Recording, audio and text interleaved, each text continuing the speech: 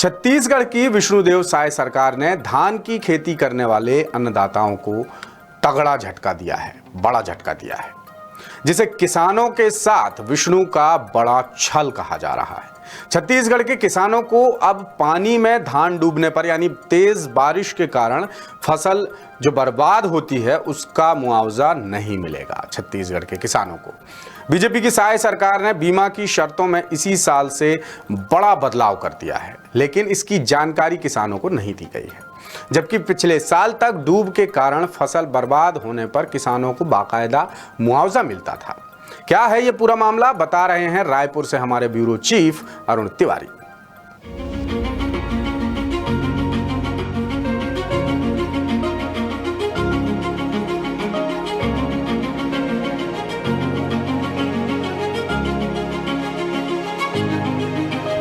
करीब 3.5 करोड़ आबादी वाले छत्तीसगढ़ में सबसे ज्यादा आबादी किसानों की है। लिहाजा केंद्र से लेकर राज्य सरकार तक किसानों के हित में कई योजनाएं चला रही हैं।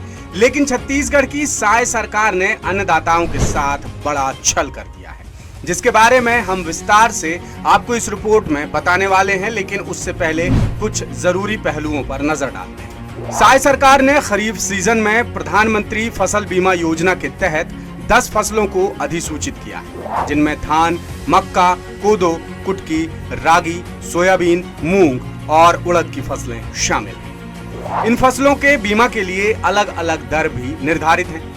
बीमा का जिम्मा सरकार ने एग्रीकल्चरल इंश्योरेंस कंपनी को सौंपा है। इस बार झमाझम बारिश के कारण खेत पानी में डूबे रहे और किसानों की मेहनत पर पानी फिर गया, यानी भारी बारिश ने फसलों को चौपट कर दिया। पहले बारिश की वजह से फसल डूबने पर किसानों को बीमा राशि मिलती थी, लिहाजा पिछले सालों की तरह इस बार भी किसानों को उम्मीद थी कि सरकार चौपट फसलों के एवज में मुआवजा देगी।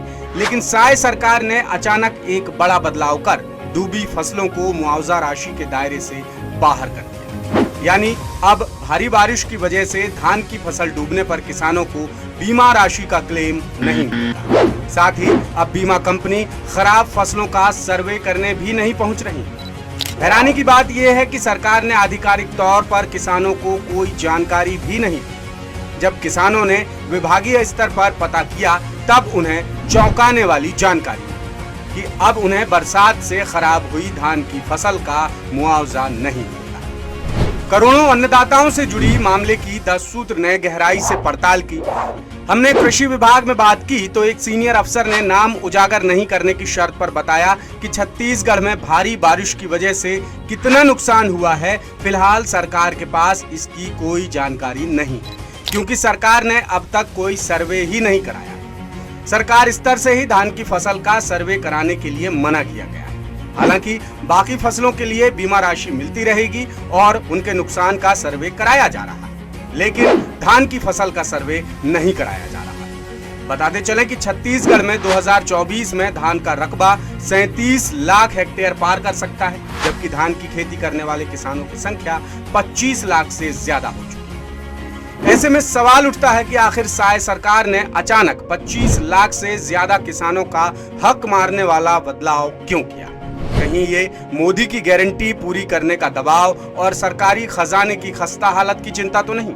क्योंकि एक दिन पहले ही हमने खबर दिखाई थी कि सरकारी लापरवाही के कारण करीब 167 करोड़ रुपए कीमत का 4 लाख क्विंटल से ज्यादा धान गोदामों में ही धरे धरे सड़ गया।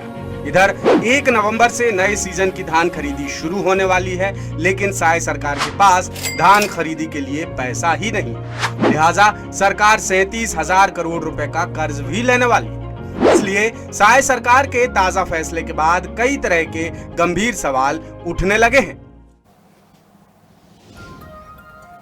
अब सरकार ऐसे फैसले लेगी, मंत्री ऐसे बयान देंगे तो दोस्तों सवाल तो उठेंगे ही, और आपको भी सवाल उठाना चाहिए, सरकार से सवाल पूछना चाहिए।